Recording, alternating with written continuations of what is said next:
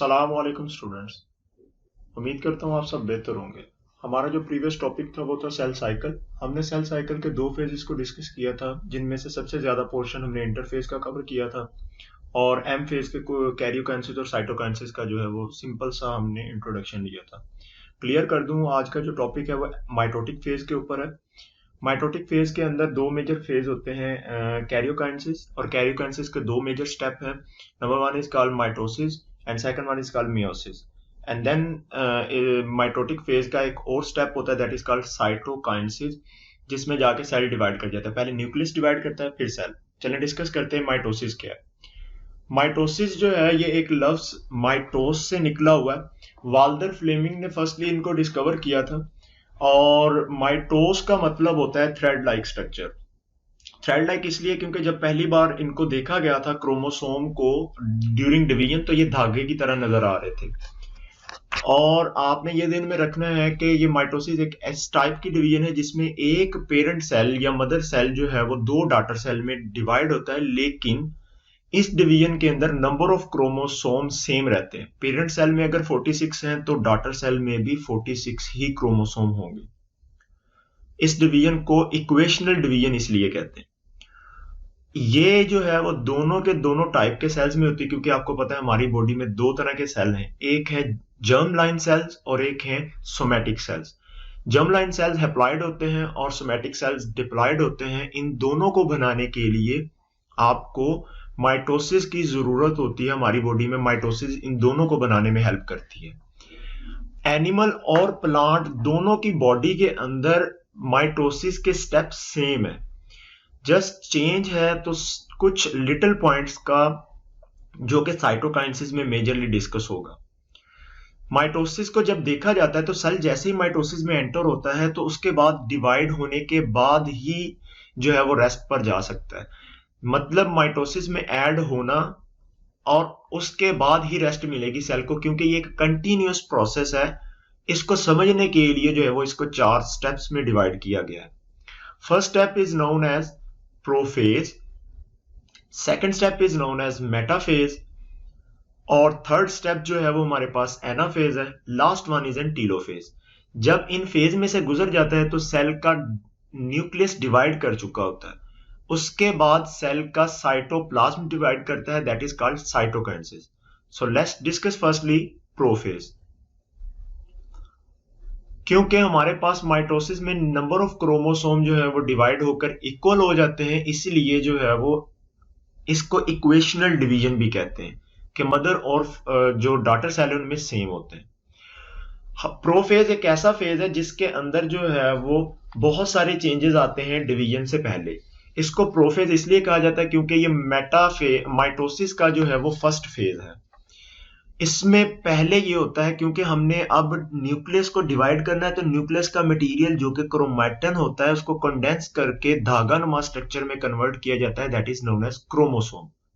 Chromosome हमें तब नजर आते हैं स्टेनिंग के थ्रू जब उनका जो स्ट्रक्चर है वो 0.25 से 50 माइक्रोमीटर तक हो जाए, और क्रोमैटिन मटेरियल ही इनके अंदर मौजूद होता है, मतलब डीएनए और हिस्टोन प्रोटीन। इसके अलावा कुछ और चेंजेस आते हैं, जैसे न्यूक्लियोलस डिसअपीयर हो जाता है, न्यूक्लियर इनवेल्व डिसऑर्गेनाइज हो जाती है। न्यूक्लियोलस और न्यूक्लियर इनवेल्व के पार्टिकल सेल के साइटोप्लाज्म में ही मौजूद होते हैं। इसके साथ साथ माइटोटिक अपरेटस जो है ये बनना शुरू होता है, जिसमें स्पिंडल फाइबर बनते हैं, जो कि डिफरेंट 3 टाइप्स के थे। इंटरफेज में मैंने बड़े डिटेल से डिस्कस किया है। इसके साथ साथ जैसे स्पिंडल फाइबर बन जाते हैं तो आपने ये ध्यान में रखना है कि सेंट्रोसोम जो थे वो दो हो जाते हैं, जिनमें 4 सेंट्रियूल होते हैं। वो दोनों के दोनों सेंट्रोसोम और दो दो सेंट्रियूल ऑपोजिट पोल पे चले जाते हैं। एक सेंट्रोसोम में 2 सेंट्रियूल हैं और दूसरे सेंट्रोसोम में भी 2 सेंट्रियूल। इनसे स्पिंडल फाइबर निकलना शुरू होते हैं और सेल की अपीयरेंस कुछ इस तरह की होती है कि वो हमें बाइपोलर नजर आ रहा होता है, क्योंकि सेंट्रियूल की मदद से आपके पास पोलैरिटी क्रिएट हो जाती है। और इस फेज के एंड पर जो क्रोमोसोम होता है उसमें एक क्रोमैटिड नहीं होता, 2 क्रोमैटिड होते हैं। क्रोमोसोम की 2 टाइप होती हैं, एक वो क्रोमोसोम जो कि प्रोफेज से पहले था और एक वो क्रोमोसोम जो प्रोफेज के बाद है। आप लोग इस स्ट्रक्चर में देख सकते हैं कि सिंगल क्रोमेटिड नहीं है, डबल क्रोमेटिड है और दोनों में आइडेंटिकल कॉपीज होती है। प्रोफेज के फौरन बाद मेटाफेज स्टार्ट होता है और मेटाफेज के अंदर जो क्रोमोसोम अब मौजूद है वो डुप्लीकेटेड है। जो पहले क्रोमोसोम थे वो सिंगल कॉपी थे, उनमें नंबर ऑफ जो डीएनए मटेरियल था वो सिंगल था, लेकिन इंटरफेज में आपको पता है एस फेज में डुप्लीकेट हो चुका था।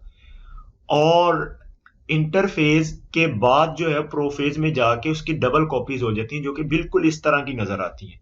सिंगल कॉपी इस तरह की होती है, सेंट्रोमेयर उसका वही होता है, और इसी तरह की कॉपी जो है वो इंटरफेज के एस फेज में बनी थी, जिसको बाद में प्रोफेज के लास्ट पर कंबाइन कर दिया जाता है। And both chromatid have same copy of DNA, therefore they are known as sister chromatid. And the centre portion is known as centromere, जहां पर दोनों क्रोमेटिड जुड़े होते हैं।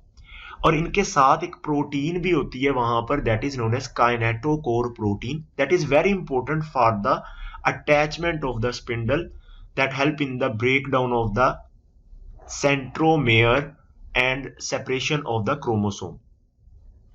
क्रोमेटिड जो है आपस में जुड़े होते हैं और इनके साथ आकर काइनेटोकोर स्पिंडल फाइबर अटैच हो जाते हैं काइनेटोकोर पोर्शन पर, और इनको इक्वेटर में अरेंज कर देते हैं। इक्वेटर एक इमेजिनरी लाइन है जो कि सेल को दो ऐसे हिस्सों में डिवाइड कर देती है जो इक्वल है। मतलब ये एक इमेजिनरी लाइन हो सकती है, वैसे कोई ऐसी लाइन मौजूद नहीं होती।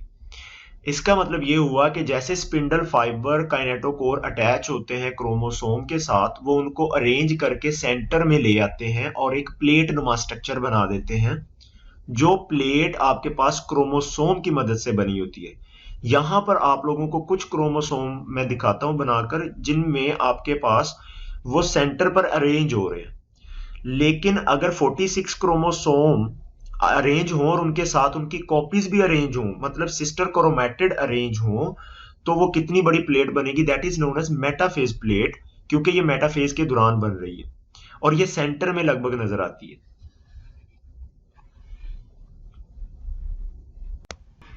अब हम डिस्कस करते हैं एनाफेज को। एना का मतलब होता है मूव अपवर्ड। इसमें क्रोमोसोम अपवर्ड मूव करते हैं या साइड अपार्ट होना शुरू हो जाते हैं। इस फेज को बहुत ही ज्यादा क्रिटिकल फेज कहते हैं। वो क्यों कहते हैं मैं एंड पर आपको बताता हूँ। हमारे पास काइनेटोकोर स्पिंडल फाइबर जो है वो कॉन्ट्रैक्ट होना शुरू होते हैं, और जैसे ही वो कॉन्ट्रैक्ट हो रहे होते हैं तो उनकी कॉन्ट्रैक्शन की वजह से सेंट्रोमेयर पोजीशन पर फोर्स लगती है, जिसकी वजह से जो दो कॉपीज आपस में जुड़ी हैं वो अलहदा हो जाती हैं। लेकिन इन्हीं के साथ साथ इनको हेल्प कर रहे होते हैं पोलर फाइबर जो इलोंगेट हो रहे होते हैं। इनके बाद आपके पास वहां पर जैसे ही वो अलहदा होते हैं, सिस्टर क्रोमेटिड्स जो हैं वो अलहदा अलहदा पोल पर मूव करना शुरू कर देते हैं। मतलब एक कॉपी एक पोल पे चली जाएगी और दूसरी कॉपी दूसरे पोल की तरफ मूव करेगी। हाफ सिस्टर क्रोमेटिड एक तरफ चले जाते हैं, हाफ सिस्टर क्रोमेटिड एक तरफ चले जाते हैं। दो कॉपीज होती हैं तो दोनों में एक तरह का डीएनए होता है, तो दोनों तरफ एक एक कॉपी अगर चले जाएगी तो 46 कॉपी एक साइड पर और 46 कॉपीज एक साइड पर, तो सेम नंबर ऑफ क्रोमोसोम एक साइड पर और सेम नंबर ऑफ क्रोमोसोम एक साइड पर। मतलब नंबर ऑफ क्रोमोसोम की तादाद इक्वल डिस्ट्रीब्यूट कर दी गई है। अब यहां पर सोचने वाली बात है कि अगर यहां पर इक्वल डिस्ट्रीब्यूशन ना हो तो नंबर ऑफ क्रोमोसोम जो है वो आपके पास एक सेल में ज्यादा हो सकते हैं, एक में कम हो सकते हैं। अगर एक में ज्यादा हो जाए एक में कम हो जाएंगे तो दोनों एबनॉर्मल सेल हैं, नॉर्मल सेल नहीं बनेंगे। इस फेज को क्रिटिकल फेज इसी वजह से कहा जाता है क्योंकि नंबर ऑफ क्रोमोसोम को इक्वल डिस्ट्रीब्यूशन में ये हेल्प करते हैं।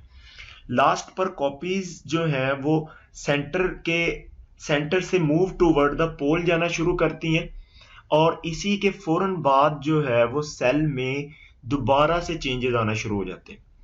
आप लोग देख सकते हैं कि इनमें क्रोमेटिन की कॉपीज जो है, क्रोमेटिड्स की जो कॉपीज थी, सिस्टर क्रोमेटिड थी, वो अलहदा हो चुकी हैं, separate from the centromere. Next phase is known as a telophase. Telo mean tail, and phase आपका मतलब स्टेज को कहते हैं। एंड स्टेज है माइटोसिस की, क्योंकि यहाँ पर जो है वो सारा का सारा प्रोसेस अब हो चुका है, नंबर ऑफ क्रोमोसोम डिवाइड कर चुके हैं, but these number of chromosome जो है इनको अब जरूरत है एक स्ट्रक्चर में कन्वर्ट करने की, जो कि है न्यूक्लियस, क्योंकि स्टार्ट पर सेल ऐसा नहीं था।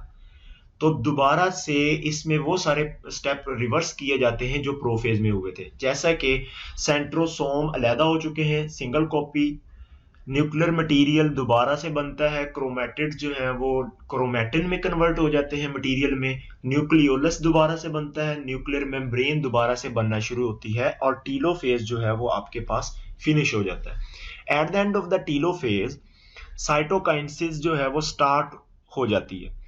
बिल्कुल साइटोकाइनेसिस जो है वो जैसे स्टार्ट होती है तो प्लांट में जो है वो फ्रेगमोप्लास्ट स्ट्रक्चर के थ्रू सेल डिवाइड करता है और एनिमल में कॉन्ट्रैक्टाइल रिंग के थ्रू डिवाइड करता है। अब ये दोनों स्ट्रक्चर क्या है हम साइटोकाइनेसिस में डिस्कस करते हैं।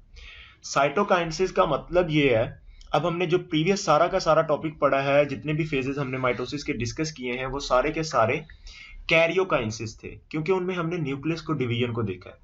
लेकिन यहाँ पर सेल की डिवीजन होती है, साइटोप्लाज्म डिवाइड कर जाता है।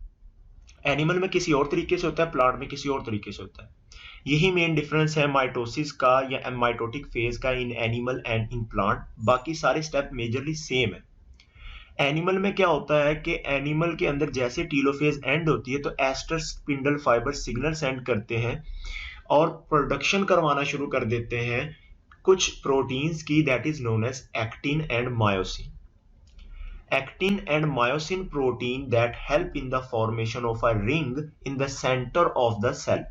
सेल के सेंटर में एक रिंग बनाने में हेल्प करते हैं और वो रिंग मेम्ब्रेन के साथ अटैच हुआ होता है और ये रिंग प्रोटीन से बना है जो कॉन्ट्रैक्ट कर सकती हैं।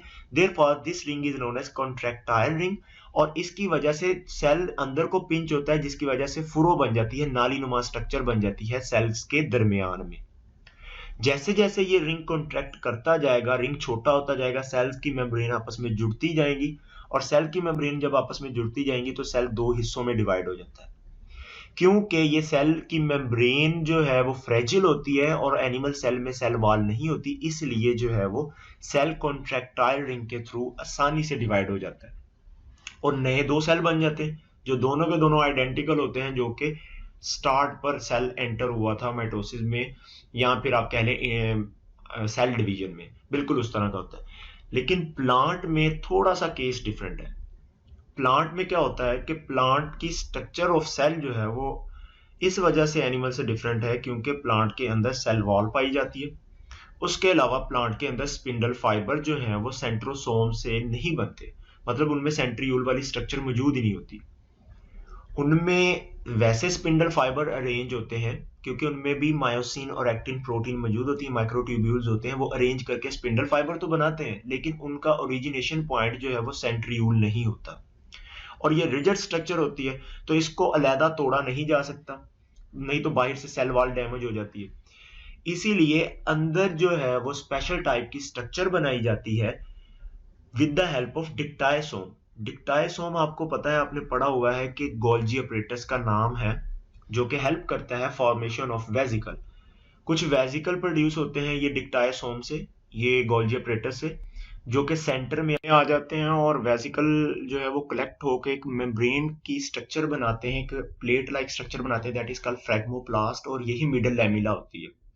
अब पूरे फेजेस को याद रखने का बेहतर तरीका है हमारे पास, आपने ये दिन में रखना है, इसके लिए एक एब्रीविएशन फॉर्म है आईपी मेड। आईपी मेड का मतलब है interphase, prophase, metaphase and telophase.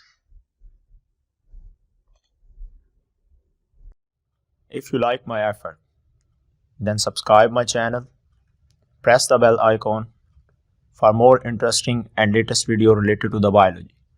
Also like, share and comment